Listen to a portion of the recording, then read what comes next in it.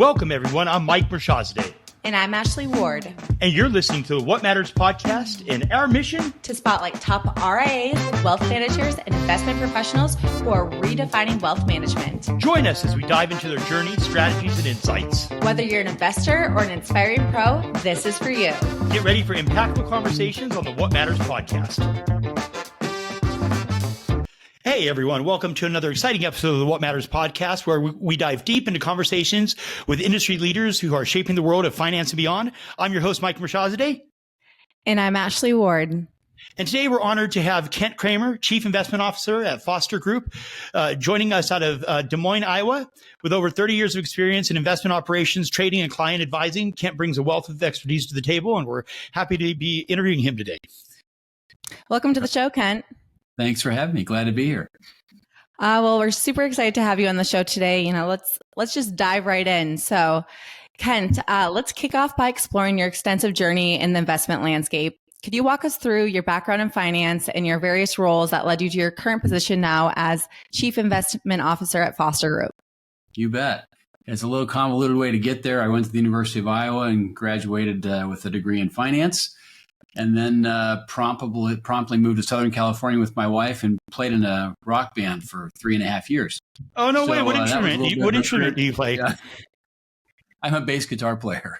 Oh, you me too. You might be able to see my bass amp over my shoulder here. But yeah, so we did that. That was kind of the married without kids thing, living in Southern California, which was a lot of fun. And then we moved all the way to North Carolina. And in North Carolina, ran into some friends who were actually starting an RIA early on. This would have been in the early 90s. And they were looking for someone to do investment operations. They were a startup firm getting some investment. And they asked if I wanted to build their back office with no experience. So I said, sure, let's give that a try. And, at that time, it was building everything from the computer systems up. I kid around. I actually ran the Ethernet cable in the office. So I did it from cable to computer, built the email systems, built the trading platforms at the time.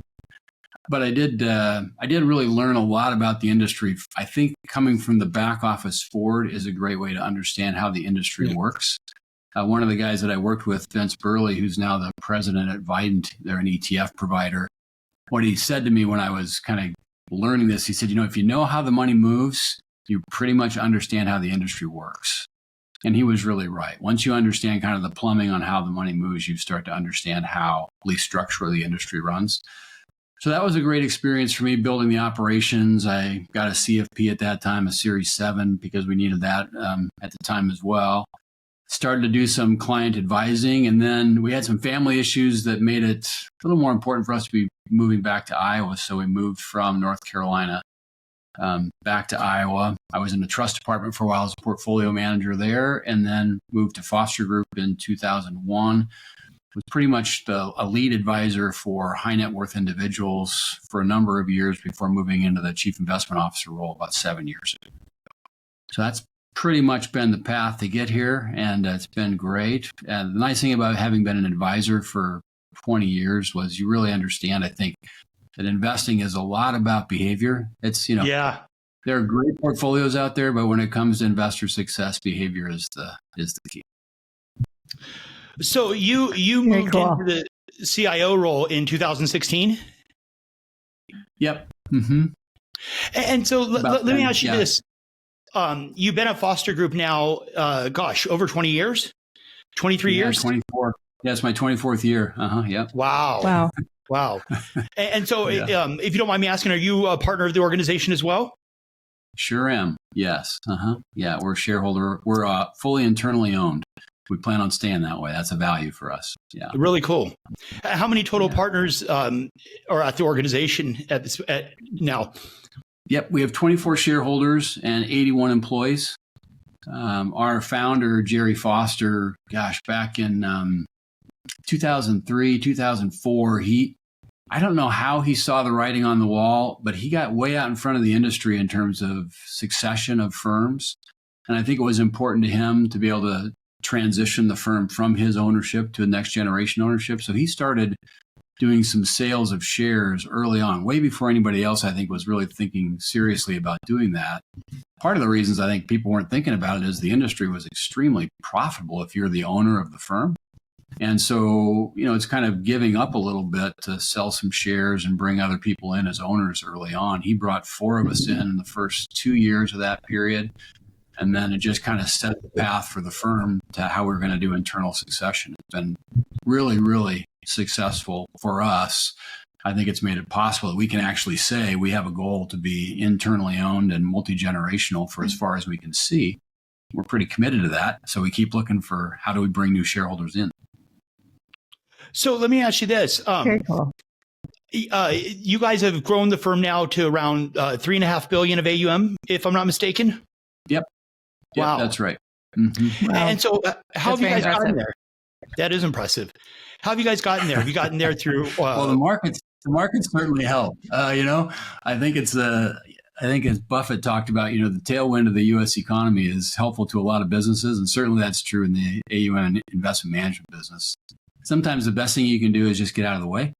Again, it goes back to that investment behavior thing. So I would say we got there really two or three ways. I'd probably. Certainly the market has been helpful. You look at since the mid 1990s with some blips along the way, but if you're a diversified global investor, you've done well. I mean, you've done very, very well. So that helps a ton. The other thing for us, I think, is we really focused on serving clients extremely well so that they would introduce their friends and their colleagues to us. And that's just been, again, I think this is not uncommon amongst RIA firms, is you get most of your best growth in clients from people who are referring people to you, whether it's existing clients or professionals that you've worked with in the community, CPAs, attorneys, life insurance people. We made a decision early on that we were not going to try to do tax returns. We're not going to get in the CPA's backyard. We weren't going to sell life insurance. We weren't going to do estate plans, lease draft documents. So it allowed us to, I think, make a lot of really healthy and helpful relationships with other professionals. And we've continue to do that to this day. So, the idea of being able to refer business back and forth, have good relationships with other professionals, I think makes us somewhat unique in that regard, but it also means that our clients get the best specialists. So when someone really needs a significant enhancement to their estate plan, we're going to get them to the person or the attorneys in town who specialize in whatever their situation might be. If they're a business owner, if they're a high net worth individual, they're inheriting money, whatever it might be, we feel like we have a great network of professionals to refer to. So if you don't mind me asking, when you say that you guys have grown to 81 teammates there, had that come through any inorganic acquisitions that you guys have done, or all just over the life of the business starting? That's a great question. That is a great question. We are like 100% organic growth. Wow. We have looked and talked about inorganic, whether it's acquisition, merger, whatever. And I kind of go back to this. Our shareholder vision right now really says we want to be independent, internally owned, and multi-generational. I just kind of tick those 3 things off. But that has kind of informed the direction that we want to go. And I think because we like the idea of being in control of our destiny and control of how we do business, that's been important to us, to our shareholders, to our employees. We've been very fortunate to just attract incredibly good people. I always come away from firm events. We have a really active activity committee that organizes things for us to do as a firm. And I always come away from those things just going, man, I really like the people that I work with. I'm feeling a little older now. I'm the oldest person at the office. So that's a little interesting to feel like that. But a week ago, we had this thing called the corporate games that we participate in Central Iowa every year. Corporations field teams, do different kinds of activities. So we were doing a team duathlon. So I usually ride the bicycle leg for a team duathlon. And it was just fun. We had a bunch of teams from our organization out there kind of competing together in the corporate games. And my wife and I kind of walked away from that just going, these are just great people. We're really thankful for the folks we get to work with. Wow. Yeah. So let me ask you the growth of the advisors there. Did you guys, over time recruit advisors from other firms, or were they just homegrown through the organization? Yeah. Probably a combination, I would say, Mike. We don't actively recruit from other firms. We would advertise for positions periodically. Most of our hiring has been historically word of mouth, although in the last few years, just because of the numbers of people that we're hiring, we've had to kind of expand that and advertise a little bit more publicly. So LinkedIn has been a good source for us in terms of posting job positions there. So maybe a little bit of half and half on that kind of homegrown versus people who are coming over after 3 or 4 years of experience, maybe half a dozen years experience someplace else, depending on their specialty. We have a 401k, our manager of kind of our institutional area, Jeff Christie, he had a great career at Principal. He's very much of an expert in the 401k, retirement plan space, and was looking for a change. And we were needing someone to give us a little more expertise in that area. So he's been a great match for us as well. And how many total advisors now are you guys at? Well, it depends on how you count advisors. I would say we're about half and half. So if you think about that 81, probably half of that group is advisors or associate advisors or has some kind of a client-facing role, maybe just a little bit more than that. Again, that kind of homegrown aspect will start people oftentimes. They might start in client services, which is interfacing with the custodians, interfacing with the advisors to make sure the client experience is what it needs to be. And then they can step into an associate advisor role. Our team has done a great job of establishing career paths for people. So when you look at kind of how a person would grow in our firm, you can really see it on paper. Here are the steps for growth through this associate advisor path. And then at the end of the associate advisor path, becoming an advisor and a lead advisor and a senior lead advisor. Those things are pretty well spelled out, and you can see the direction you want to go. If you want to go that direction, of course, there's other parts of the firm as well, but that's on the advisor side. I think that's the most well-defined. Over the years, have Very you guys cool. had individuals that have came onto your organization and, said, "Oh, I can do this myself," and they went and started a competing firm? Or have people been pretty, loyal and stuck with, wanting to grow within the system? We have had incredible retention. That's our awesome. Retention, gee whiz, employees. I mean, advisors especially, it's well over 90%. Wow. Through the years in terms of advisors. Wow. We've retired a few advisors, which is, that was kind of a new thing starting a few years ago to actually have people start retiring, which was great. But at the same time, it's like, okay, that's different, that's different. Right. Thank you. I appreciate you answering those. So, yeah, absolutely. yeah. So Ken, with your vast experience, what do you think are some key entrepreneurial lessons that you've learned throughout your career that you really think could benefit aspiring wealth managers or entrepreneurs, navigate their own journey in this industry? Yeah. I think one of the things that I've heard and kind of adopted is this business is a trust business. So the thing that you're really looking for, I think, maybe above all else, is the people you can trust. So, that's a hiring question when you're choosing who you're going to work with in terms of who your employees are, who your shareholders are. The values alignment, the trust alignment is super high. I have the same sense of the investment firms that we choose to work with, the providers that we work with. It's really important that we have kind of a partner mindset with them. I need them to think of us as a partner firm. That's the way we're going to think of them. And so that trust, that trust relationship is super high.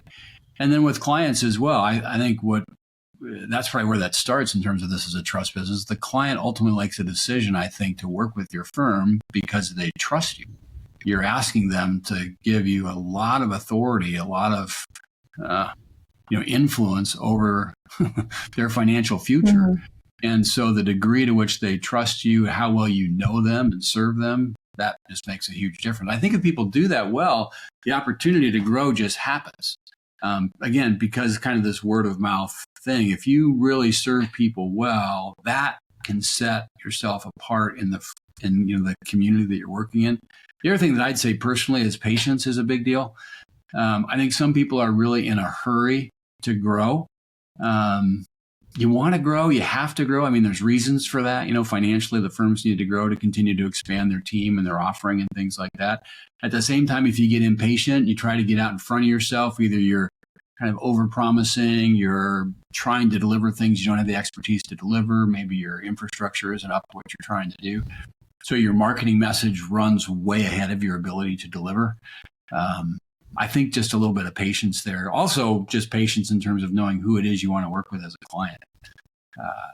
The better alignment that you have with the client types that you know you can serve the best, those who are coming to be clients of your firm, I just think the better experience for the advisor. I know there's been a lot of writing recently on advisor well-being. How is it that advisors can continue to thrive in their role under the pressure that they're in relationally with people and with markets and all the changing aspects of, whether it's regulatory environment, whatever it might be. But that capacity to work with clients who fit your firm well, who you enjoy working with, it does make it a lot easier when your client, the number of client relationships an advisor is carrying is 100, 150 people. That can be pretty tough if you don't like them or they're draining, in terms of the folks you're working for. Yeah. And, building on that, how does Foster Group manage to differentiate itself and, really create that unique value proposition that resonates with clients, especially in today's competitive landscape? Yeah. This is going to sound really hokey, but it's really meaningful for us. One of our catchphrases, a very important catchphrase, is we want every client to feel truly cared for. We're just truly cared for. Yeah. We say it all the time. And so in our hiring, we're looking for people who genuinely care about people. And in the way that we work with clients, we just genuinely care. We do a lot of things for people personally. We are aware of what's going on in their life and their families' lives. We want them to feel free to share with us whatever it is that's important to them. We treat that, as an honor to be sitting in that position with them where they really are disclosing a lot of personal, important information. And again, it goes back to that trust aspect. They want someone who they know is for them. We can't say that enough to ourselves, when we're working together, like this is who we are. And again, everybody I think says that they care for their clients or they go the extra mile. Until you experience it to the degree that I think our clients experience it, we like to feel like we're setting the standard on that one. That's how we press it. The other thing I'd say is in today's investment world, investing can feel a little bit more like a commodity. That's not necessarily a bad thing. It's gotten a lot less expensive to invest effectively for most people.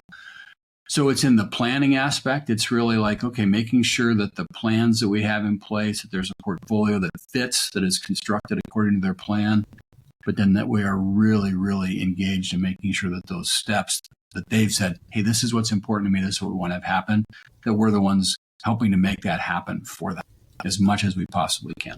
So talk to us about what do you see as the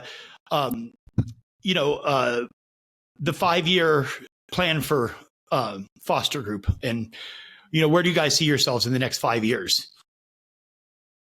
Yeah, and what you're doing there. This is really a good question because we've been thinking about it a lot in the last 3 or 4 years. You talked about, is this organic growth or inorganic growth? I mean, the industry is really kind of, I think, leans into more this idea of acquisition, mergers, and M&A kind of activity. That's how the biggest firms are growing the fastest, for sure, when you see the numbers. Our shareholder group, I think because we started the ownership transition so early and we already have, as I said, 24 shareholders today. And we're looking at, we actually had a shareholder meeting yesterday where we're talking about as many as 7 new shareholders here in the next 12 to 24 months. So for us, the next 5 years, what we've talked about is we need to continue to expand the ownership opportunity within Foster Group. And the reason for that is, you want it to be an attractive investment for shareholders coming in. You want it to be an attractive investment or prove to be an attractive investment for shareholders who are retiring. So it's this idea of how you're balancing your newer shareholders with your older retiring shareholders so that it's a win-win for both sides of that. For us, I think that means we expand the number of shareholders, we give more people opportunities to buy in, and then we continue to really manage the firm for that kind of financial success. So you have to really set people's expectations for, this is what we're looking for from a financial return standpoint. So when they're making that investment, they kind of know what it looks like for the next 5 to 10 to 20 years. And then you make budgets and decisions on how you're going to run your business so that that's part of the equation so you can deliver that.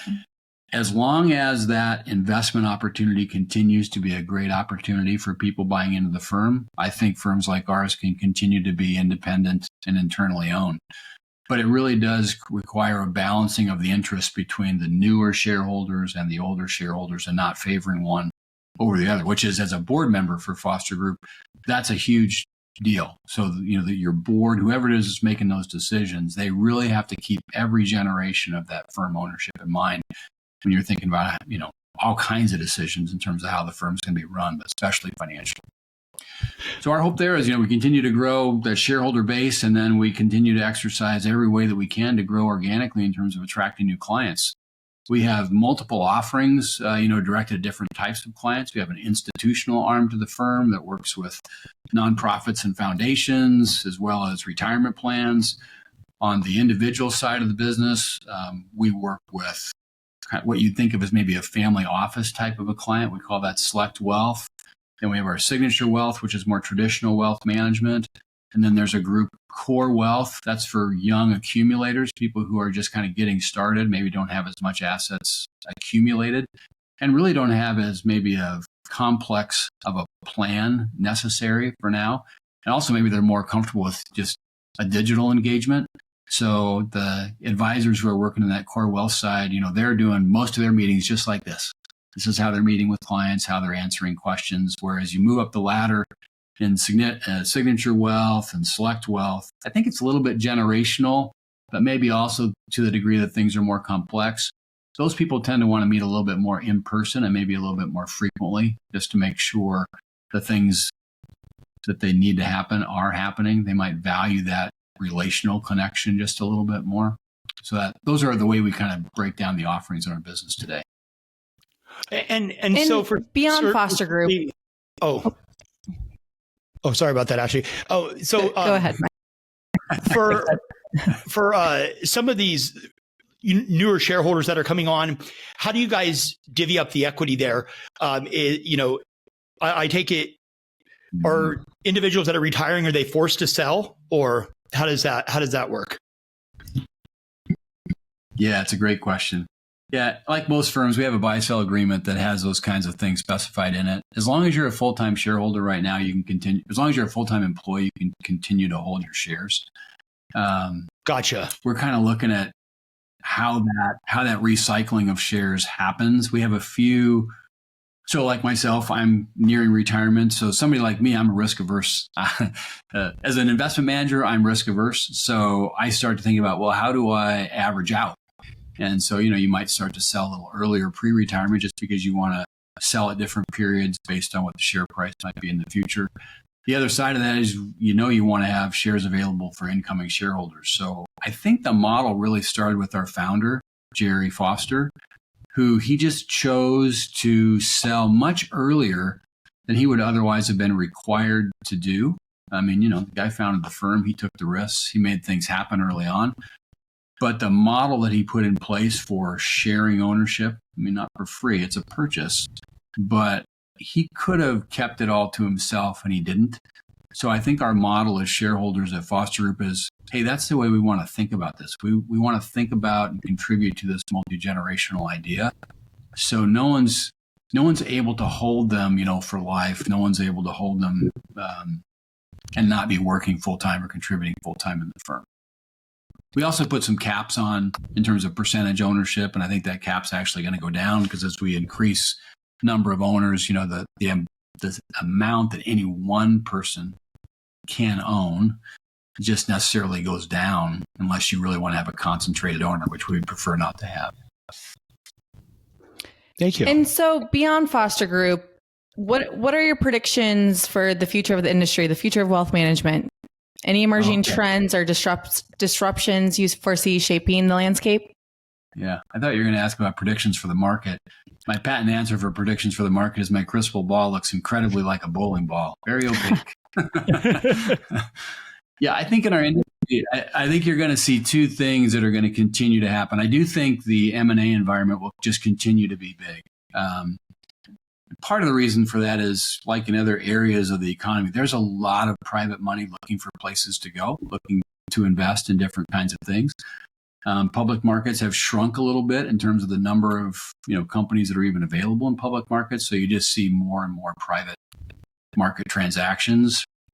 As people have figured out, our business is a fairly lucrative business model, or at least it has been up to this point. So when people, when those private equity people are looking at business models that are worth buying into and maybe have some capability to become even more profitable with scale, it's a good industry to buy into. I don't know how long that can last, because at some point, you wonder if clients who want very, very personal service, if they'll get the consistency of service that people, I think, want in working with a firm, particularly a private wealth manager. So it goes back to that truly cared for part of us. We feel like this is at its core a relational interaction, not a transaction with a institution. So for people who really want to work with people, I'm not sure how big firms can get before you lose that. But for a while, I do think there'll be one path where it's going to be a lot of inorganic kind of consolidation with some other firms who maybe have enough scale who can stay independent. And we see ourselves in that role where we're big enough at this point where we can scale, we can provide, I think, as much service as anybody else provides, and still remain independent and internally owned. That's going to be the magic there. The other part of it is the level of customization through technology that's possible. I think we've seen that with, you can build your own custom ETF. If you're a wealth manager our size, I know some who have built their own kind of like their fund of ETF funds. So you basically build your own proprietary ETF and you can invest people in that. It's a nice tax efficient way to build an investment. There are certainly ways to build technology platforms for customer service that were never available to smaller firms before, but now they are, just because technology is just, it's expensive, but it's way more affordable to build at scale than it ever has been in terms of what you can do. I suppose the other thing I'd say is I think cybersecurity will probably be, if not the most important thing, it will be as important as anything that firms have to address. Mm-hmm. I'm always surprised when I talk to our IT people how many bad actors there are all the time trying to gain access or do things to systems. It's mind blowing to me how much of that goes on, and what a high wall you need to build to keep client information and firm information secure. Yeah, absolutely. So shifting focus, Kent, what particular investments or sectors are you currently excited about? Any emerging opportunities that you believe could hold significant potential for wealth creation in the near future? Yeah.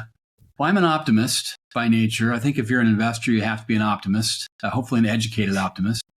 But for me, that usually means I think markets as a whole are the best kind of managers of risk and return. So when I think about investment opportunities for individuals, I think about entire markets. The ability to predict which parts of markets are going to do well for an extended period of time. I don't find a lot of great evidence that people are consistently good at doing that. But the people who consistently participate in markets broadly, they tend to do very, very well. I don't know if you guys have probably read some Morgan Housel and some other people who are writing about this idea of if you do average for a very long period of time, your results will be significantly above average.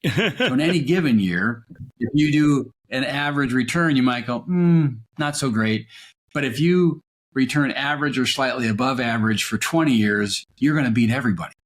Right. And so for us, we take that to heart. We've been taking that to heart for a long time. Our number 3, we have 5 foundational investment pillars. Number 3 is trust markets. And so for us, that kind of diversified market portfolio is the place to start for every investor. And then you decide where you might want to look a little different depending on kind of your risk level, your capacity to handle some tracking error in pursuit of higher expected returns. But at the core, the market is the thing that drives returns. And we really believe that's the case. If I had to pick, something kind of outside, I would look at it and go, I feel like there's going to be some transitions in the way small companies come to market. Small companies are staying private for so long. I do kind of wonder if there isn't going to be a way to access what is currently private markets in a way where more investors can get access to those. Right. Right now, you have to be a qualified investor. There's a lot of hoops, different kinds of tax reporting that goes on. Really, the best deals get kind of swept up by very few, very large managers. So how that gets kind of democratized out so that more people can access those deals, I feel like that's a problem that's going to get solved. I haven't seen a great solution yet, but I know there's plenty of firms who are working on it. Thank you. Thank you. Yeah. Mm-hmm. And so let me ask the final question here. It's always my favorite question, and this is where you might have to whip out your crystal ball. We've had some unprecedented events over the last few years, starting with COVID. And then the market had a little bit of a shift, I'd say, or mediocre shift in 2022, and we've had a nice rebound since then. Interest rates are still up. Right. What do you see as the future of the economy there? Yeah, again, I'm an optimist on that one. I think at the core, the market is people trying to solve problems and getting rewarded for doing it. So if you're a company, you're trying to solve people's problems by a product or a service. You're trying to do it in a cost-effective way because you know that to be a successful company, I have to have a great product or service, and I have to do it and provide it in a way that provides a profit so our company can stay in business. So I love that about the market. It's like the incentives, I'm kind of a free market guy. I know we need some kinds of regulations. Certain things can get out of hand, but basically, if the market's operating in a healthy fashion, providing opportunity for companies to do what they do, provide product and services, sell those things at a profit, then I feel like, gosh, the economy should do reasonably well. There's going to be kind of exogenous shocks to the economy. So COVID is a good example of a non-economic event that had real economic consequences. The war in Ukraine, so Russia, Ukraine, oil, natural gas, again, kind of exogenous event that has economic consequences to it. For most of the things that really move economic history, that's the way it works. There's something outside of the economy that is so big, so disruptive that it ends up disrupting economies and then disrupting markets as a result. But again, people are so incentivized to solve problems. It's to everyone's best interest to solve the problem, and get to the other side. So I think when you start looking at, hey, let's operate with a mutual self-interest here of getting through this thing, I feel like the future then is when you can be optimistic about. This is one where people talk about like the treasury market, for example, and they go, well, what if China stops buying treasuries? Well, China needs the United States economy to succeed as much as we really should want their economy to succeed. Right. Because the idea here is there's a mutual benefit to both economies succeeding relatively well. If one side really tries to hammer the other side down, you start going, well, you're just kind of shooting yourselves in the foot in terms of, not finding ways to cooperate for mutual benefit. It's a little bit of that globalism, which seems to be out of favor in some ways right now. But I do think at its core, that still is a great model for kind of success around the globe, is more cooperation than building higher walls and saying, hey, we're going to keep you out on that. Thank you. Thank you for that, Kent. Well, I think that wraps up our time with each other today. Thank you so much for joining us and sharing your valuable insights with us and our audience today. It's really been a pleasure having you on the show. So we appreciate you a lot. Thank you. Great. Thanks for having me. It's been fun. And to our listeners, thanks for tuning in to another episode of the What Matters podcast. Stay tuned next time while we continue to dive into deep conversations with industry experts like Kent. Until next time, take care. Thanks, everyone.